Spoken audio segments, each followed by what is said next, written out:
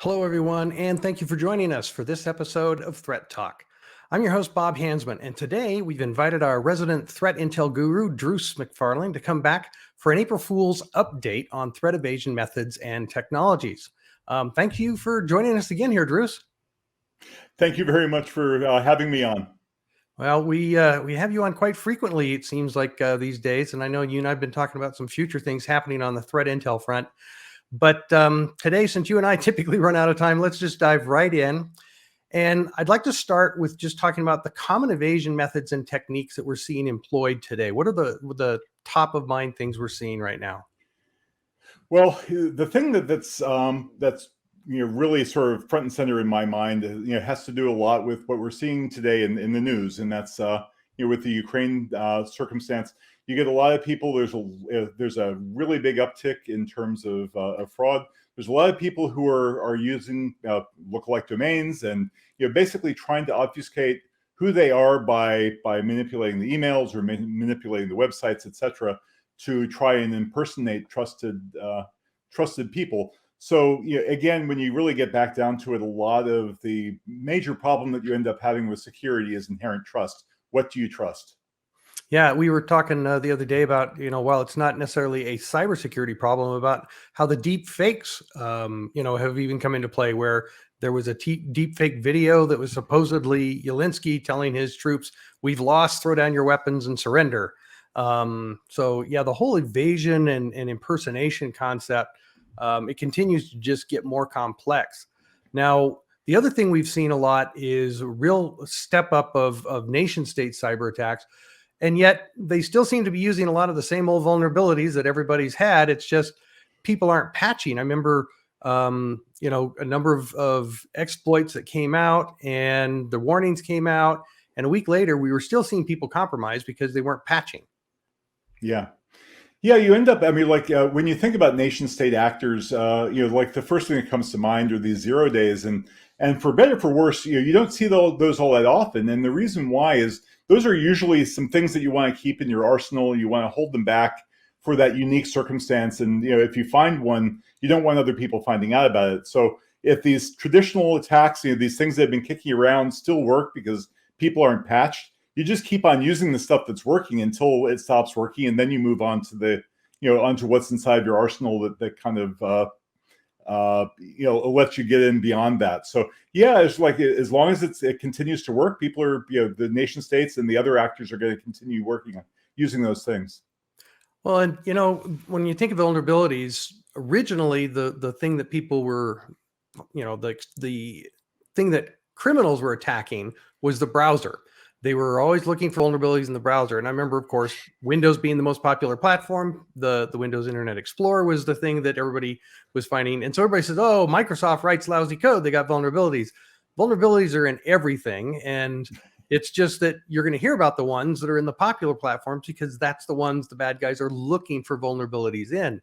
And right now we're seeing, while, we can talk about Log4j and all of these other vulnerabilities in other kinds of systems and pieces of the infrastructure, but it's come full circle back to the browser because we have fake humanitarian relief sites. We have, basically the waterhole attack concept where people are looking for legitimate sites that have been compromised and malicious codes on them, or fake websites pretending to be legitimate sites, all of which look for exposures in your browser. And, that's something that I was really surprised. Google released a whole bunch of updates and then actually did an announcement that they get heartbeat feedback, and less than 50% of the people had updated their browser a week after the patch was available.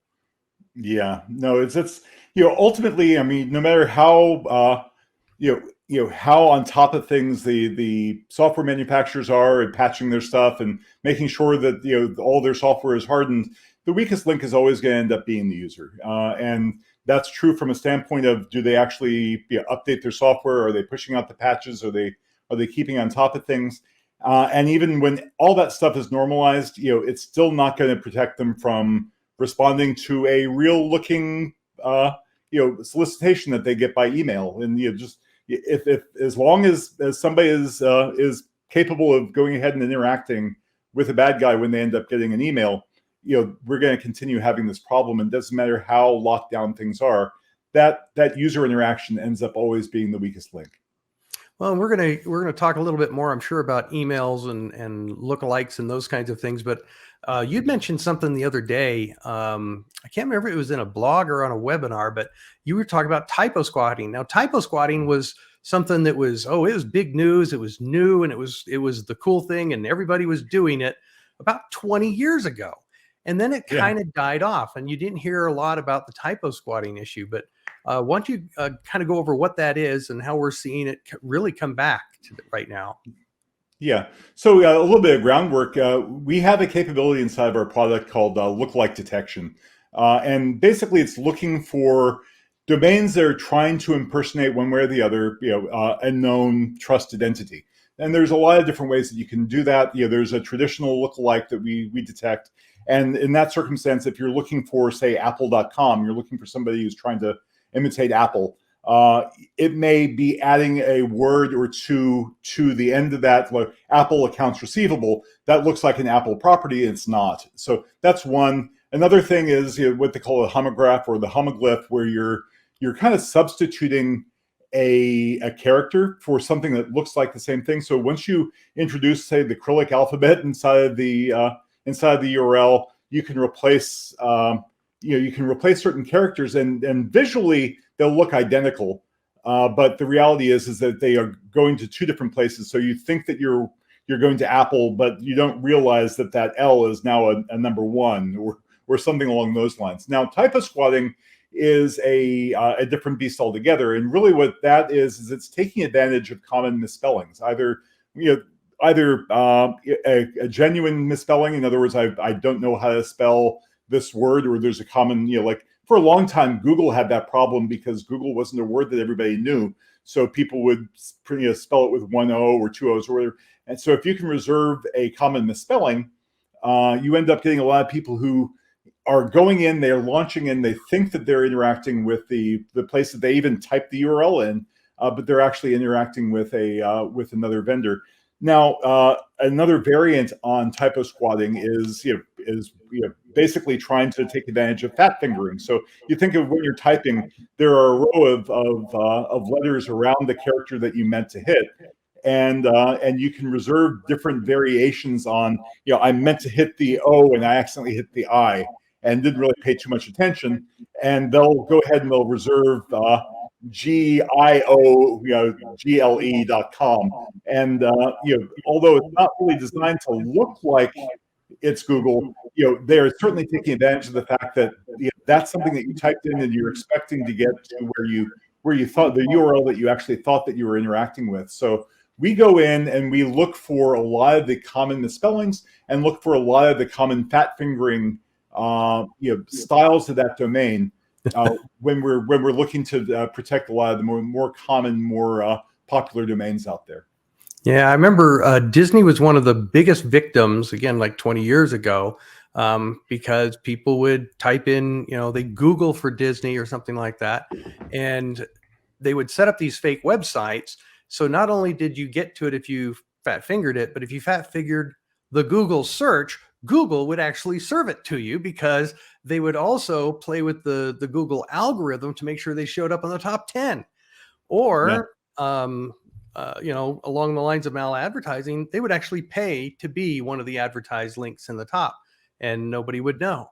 Now Google even then did some due diligence. They would check it out and say, yeah, this looks like, a real Disney site.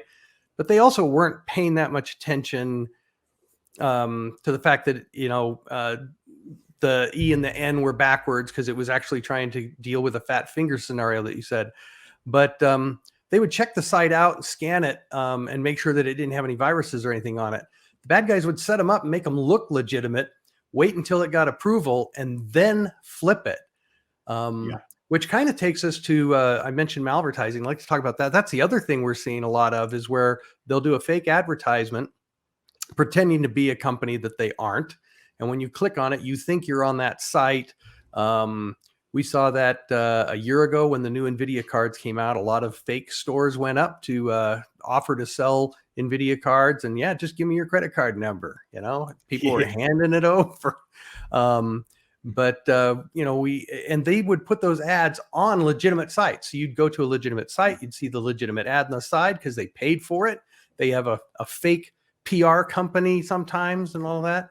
And so they show up in fake identities. That's the kind of the bottom line is the fake identity is what the user needs to be aware of. But it's not going to catch them just when they type it wrong. They'll try to mislead them by the way it looks. And then they can even hide the links and just do it in the background so you don't even know it, which is that browser exploit, which we talked about. So lots of things for the users to kind of have to deal with here. Yeah. And one of the things that, and you sort of touched on this in what you're talking about, whenever, when you're one of these bad actors, it's always this balance between, what's giving you the best bang for the buck and there's a diminishing return on investment, so to speak, when you're doing certain things. So, they will more and more as things get a little bit more complicated to compromise different users. They'll start introducing things like they'll have a website, they'll let it be legitimate for a while, so that it doesn't set off any flags, and then they'll go ahead and they'll weaponize it a little bit later on, and that way it'll get past certain checks. Like when a website is first introduced, right there in and of itself, it's going to be on a little bit of a skeptical list. But if it can sit around for 6 months, 12 months before it actually gets weaponized, it will have built up a degree of reputation. Now, depending on the type of attack that you're trying to institute, you may not have the patience for that, or basically running a site so that it is benign for an entire year takes a really high degree of rigor and a commitment to getting that through. So they've got to have a real big justification for being able to do that. Most of the adversaries out there are, let's go in there, let's get what we can, let's move on. And all these domains are kind of burner domains. They're not expecting to have them or own them for very long. When you see a domain that kicks around for 3-4 months or 6 months before it actually gets weaponized, there's something very specific that they're trying to do there, and that should be a very big red flag that they had that kind of tenacity to outlive a lot of the normal defenses before they actually went ahead and kicked that in so that it would be detectable. Well, and you and I had this agenda where we were going to talk about it from the user perspective, then technology. We're kind of mixing that up, but that's okay, because a natural segue to what you're talking about. There's different ways of just monitoring the domain that people in the security industry have said, hey, any newly observed domain is always suspect. So number one, there are feeds. I know, again, you're the threat intel guy here. So you work with third parties and our own research team so that we can help identify newly observed domains that have just been recently created, because that's one technique the bad guys use. They'll create a domain last minute, or particularly when they're doing like fast flux or something like that, where they're changing thousands of domains over a rapid period of time. So there's the newly observed domains are a danger, but then there's the ones that they get created, like you said, and then they're parked for a long period of time. So there's the parked domains that have been around for a while, but they're, I don't know, do we have like a newly used field? Yeah. Well, yeah. So there's two different concepts inside of our product, depending on the type of feed that you go for. There's a what we call a fresh feed, which is basically a newly registered domain. So we're getting this straight out of the zone files. We're looking for people. The moment that something gets registered, it kind of goes into that list, and that this thing hasn't been around long enough to garner a reputation. And often, like you said, they'll just get parked, or maybe they'll even be parked with some legitimate stuff on it to make it look okay. The other one is the newly active, or newly, basically newly observed domains. And that's, like, even if it was parked for 12 months, we don't really put something on the newly observed domains until we actually see the first person actually hit it. So even if it's been parked and nobody's going to it, it doesn't really matter to us. It's only when we actually see that site go live that it will show up on there. So both of these different feeds, solve a slightly different problem, and you can use them sort of belt and suspenders, if you want, just to make sure that you're getting what you want.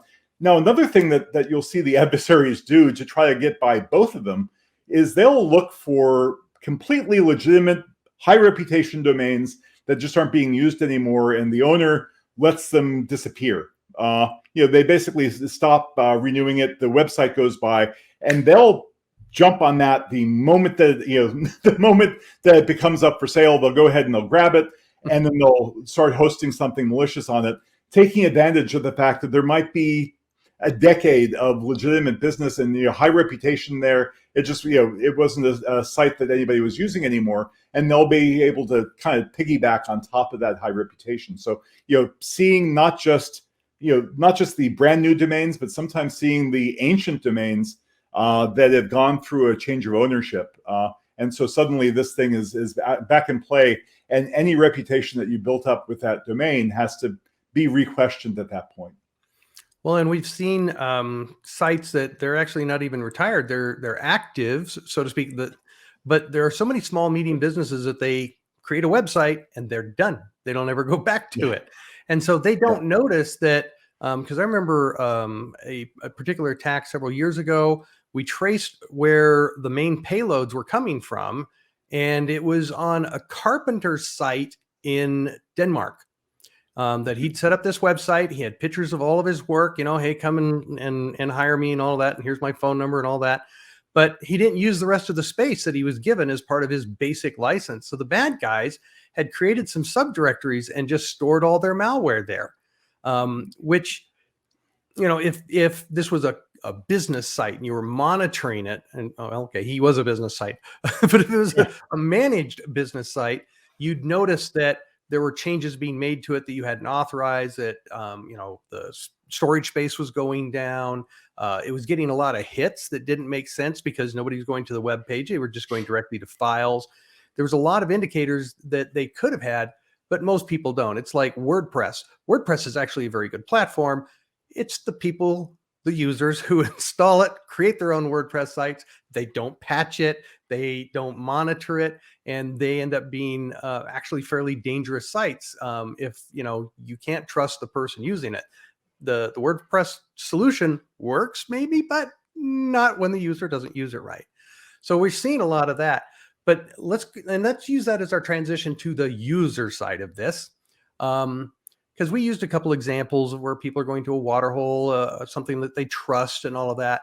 But let's start with the typical death, disaster, and drama, the emotional driven attack, where there's probably clues visible, but the bad guys have learned over the years that just doing a fake Disney site isn't going to be as successful because the people are relaxed and they're looking at everything and they're going to start noticing those indicators that it's not legit.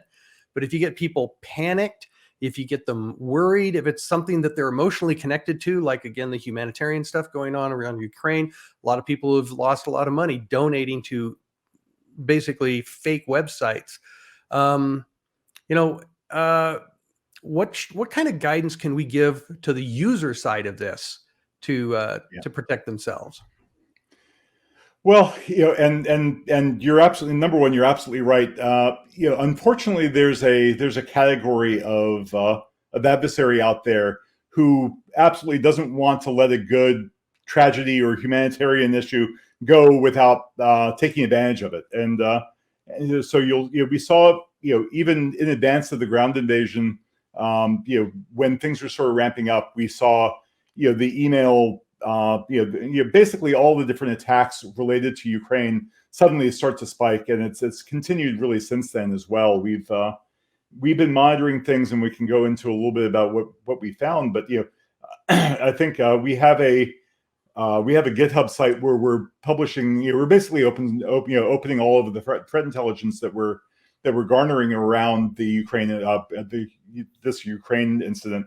And we're open sourcing it. And right now we've got over 800 indicators inside of the system of just different people trying to take advantage of it. So there's been this land grab of people trying to take advantage of this. What people can do, obviously, unfortunately, there's not, from a fortunate standpoint, there's not a lot of new technique that ends up going into it. It really comes down to, pardon me, a couple of major different categories that have been tried and true for a long time. There's the traditional, the Nigerian prince style, where they're trying to get somebody to go in and basically upfront some money. They're like, basically, like we've seen the Nigerian prince go to the Ukrainian oligarch that some guy died with millions of dollars worth of that he needs to get out of the Ukraine, and he needs to be able to help, and they're trying to get people in there. So basically, replace Nigerian prince with Ukrainian oligarch, and suddenly you've got all these different indicators there. It's a matter of just being skeptical, and that's the thing with specifically that entire scam is almost designed specifically. You get different categories of these types of frauds. With the Nigerian prince style fraud, those are almost deliberately done where you'd look at this, you're like, nobody who's even thinking straight would ever click on this, but they do. And the reason they're done so poorly, or sometimes they're done so amateurishly, is they're trying to get people who have no critical thinking skills whatsoever. They're very gullible, because they don't want anybody getting halfway through the process and then suddenly it's like, hold it, this doesn't seem right. They want to make sure that you're as gullible as possible. So if you look at that email and you're enough to be able to buy into it, chances are they're going to be able to take you to the finish line, and they're going to be wasting their time with you. So that's one.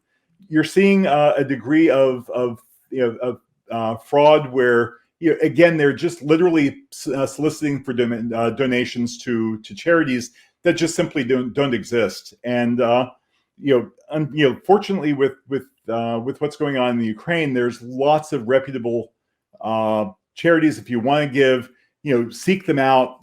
Don't expect that one of them just ends up landing in your inbox that it's trustworthy. So it's that's something you're like, again, just look at everything with a skeptical eye with both of those. And then the final one is kind of like the gift card scam, and they're trying to say, well, come in here, donate some money, you'll be eligible for a gift card for such and such a thing. And they get two things. Number one, you go in there, you register, so they have your some additional credentials that they can use, and then if they can get you to donate money to their fake charity, then they've got that as well. So that's like a 1-2-3 punch. So really what it ultimately comes down to is being as skeptical as possible when you're seeing anything show up unsolicited in your inbox. From our standpoint, a lot of these new attacks are a little bit tricky to kind of tease out, because they're not necessarily, when you actually follow the links, there's nothing obviously malicious on the other end. I mean, it's not like you're going there and they're delivering malware. They're trying to steal money from you. So how do you differentiate a legitimate site from being able to do that from a non-legitimate site? Somebody that's just trying to steal. And there's a number of different ways that we've been able to find. Luckily, there's a double-edged sword when it comes to cryptocurrencies now. That if people have a tendency of reusing the same wallets from circumstances that were malicious over in this previous attack, and they're using the same wallet again, you can kind of see that, and you can this thing is brand new. We don't necessarily know anything about it, but the money that they're soliciting is ending up going to a wallet that we know that was associated with previous crime that we've known about. Sometimes it's a matter of looking and seeing, okay, so this new site that came up, it's being hosted on the same IP address as previously known malicious activity. So we're able to still, even with brand new fraud sites, we're able to sort of tease those things out, and that's why we've been able to come back with over 800 indicators right now. But yeah, it's a little bit more tricky than looking for something that is obviously malicious in intent.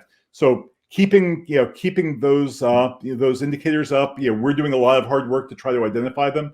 If you can have those incorporated in some kind of a blocking mechanism, so that even if somebody inside of your network does click on that link and try to go there, hopefully you're going to be able to block it before any serious harm has been done.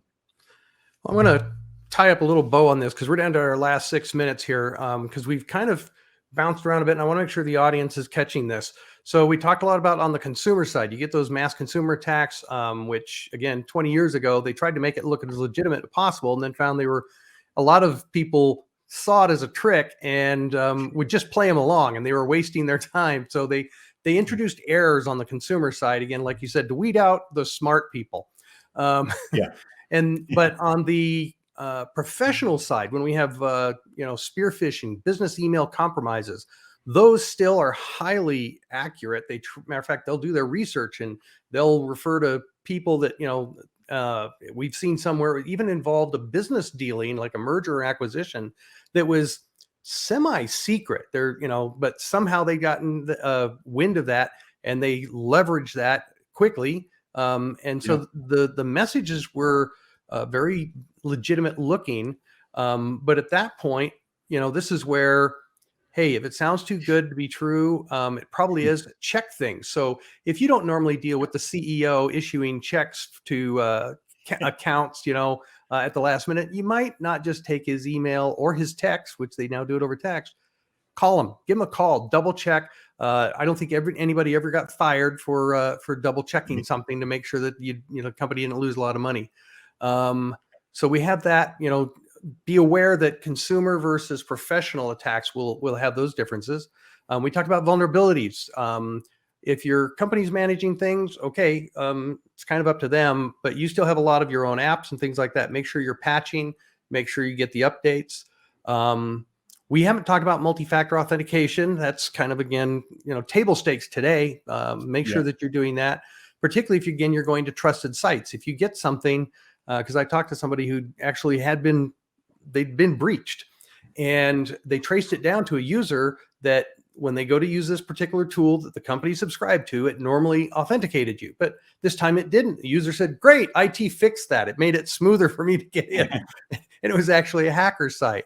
So the patching, the being aware, and the double checking. You also talked about the lookalikes, and I don't think we want to miss puny code. You want to talk about that? I can give you 2 minutes to talk about puny code. Yeah, so puny code kind of goes back to when we're starting to talk about things like typo squatting or even homographs and homoglyphs and things like that. Again, a lot of these are trying to take advantage of the fact that when you actually look at the domain itself, it looks legitimate. It looks like Disney, or it looks like whatever Google. But because it's swapping out different character sets, it literally is not the same domain that you thought it was. So puny code is a way of being able to look at a domain name, and if there are swapping out different Cyrillic alphabets, it's actually, you're going to see that pretty obviously in there. You'll suddenly, instead of seeing Google, you'll see GO, and then like the pointer to another alphabet, etc. The XN dash and something like that, which I was doing some checking to see, because the last time I looked at this was years ago, and there was only like the big 3 browsers did it. But now it looks like most of your browsers today, if you just look at the URL line, they will decrypt and say that this is not actually the letter A. It is a Cyrillic A, which is XN dash. That's their symbol that says, I'm about to give you a puny code number. And then they'll give you an ASCII code for it. So we're seeing, now, do you see a lot of that, or are people just going to more of the lookalike, just with adding like Apple dash accounts receivable? It depends on, honestly, it really depends on the sophistication of the attacker. The easiest one to do, because it takes no thought whatsoever, is like if you're going to Apple dash accounts receivable, it doesn't take a rocket scientist to try to figure out different things to add to the end of a domain and see if it's actually open. The one thing, the good thing, we keep on picking on Apple here. The good thing about Apple is the fact that it's been such a big target that I think a lot of the most common ones are already taken. So the bad guys have gotten there already for you. But when this is one thing I want to, especially with some of our listeners out there, you may be in a really large environment and you have really great security sort of built up around your perimeter. And that's great, except for the fact that you always have partners. And there's an example that Bob gave a little bit earlier on about that carpenter. If you're partnered with that carpenter and his site gets compromised, he's a trusted partner of yours. You're going to be visiting his site. It's not even a lookalike or anything. You're just not expecting that thing to be delivering malware to you. Again, it's always important to not just be protecting yourself, but also be looking at who the partners are, because that's going to be the easiest point of entry for a bad guy who's trying to target you specifically. So, definitely a good piece of advice there. Yeah, well, with 1 minute left, you're introducing zero trust. Thank you very much. We don't have time for that. So anyhow, as usual, we've run out of time. But Druce, thank you for coming back on the show. It's always a pleasure to have you. It's always fun to be here. And I want to thank all of our viewers and listeners for your time. And join us next time as we continue our efforts to help you stay on top of cybersecurity and ahead of cyber risks on Threat Talk.